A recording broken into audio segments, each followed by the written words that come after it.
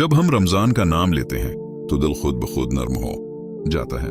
उसी तरह मोहम्मद अली मिर्जा भी रमजान के बारे में बात करते हुए एक खास अंदाज इख्तियार करते हैं। वो सिर्फ जज्बाती बात नहीं करते बल्कि कुरान व हदीस की रोशनी में समझाते हैं कि असल में रमजान हमसे क्या चाहता है। वो कहते हैं कि रमजान सिर्फ भूखा और प्यासा रहने का नाम नहीं है। अगर कोई शख्स सारा दिन भूखा रहे लेकिन उसकी जुबान झूठ बोलती रहे, आंखें गुनाह देखती रहें और दिल में नफरत भरी हो, तो ऐसा रोजा अपने मकसद को पूरा नहीं करता। असल रोजा वो है जो इंसान के अंदर तब्दीली ले आए। इनके बयान का एक अहम नुक्ता ये होता है कि रमजान कुरान का महीना है। अल्लाह ताला ने कुरान इसी महीने में नाजिल फरमाया। तो अगर हम पूरा रमजान सिर्फ खाने पीने के औकात बदलने में गुजार दें और कुरान को न समझें, न पढ़ें, न इस पर गौर करें, तो हमने रमजान का हक अदा नहीं किया। वो जोर देकर कहते हैं कि कम पढ़ें लेकिन समझ कर पढ़ें। एक आयत भी अगर समझ आ जाए और जिंदगी बदल दे तो वो हजारों सफहात बगैर समझे पढ़ने से बेहतर है। वो नियत के मसले पर भी बात करते हैं। उनके मुताबिक रोजा सिर्फ रस्मी इबादत नहीं होना चाहिए।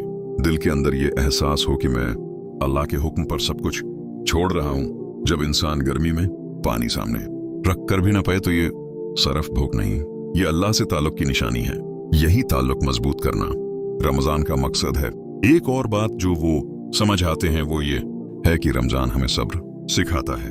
भूख लगती है, प्यास लगती है, गुस्सा भी आता है, लेकिन रोजा हमें रोकता है। वो कहते हैं कि अगर रमजान के बाद भी हमारे अंदर प्रोडेस्ट अखलाक और नरमी पैदा ना हो तो हमें अपने रोजों का जायजा लेना चाहिए। रमजान ट्रेनिंग का महीना है और ईद के बाद असल इम्तिहान शुरू होता है। वो इस बात पर भी तनबिया करते हैं कि हमने रमजान को सिर्फ रस्मों तक महदूद ना कर दिया हो। इफ्तार पार्टियां, लंबी लंबी खरीदारी और सोशल मीडिया में मसरूफियत, अगर ये सब इबादत पर गालिब आ जाए तो असल रूह कमजोर हो जाती है।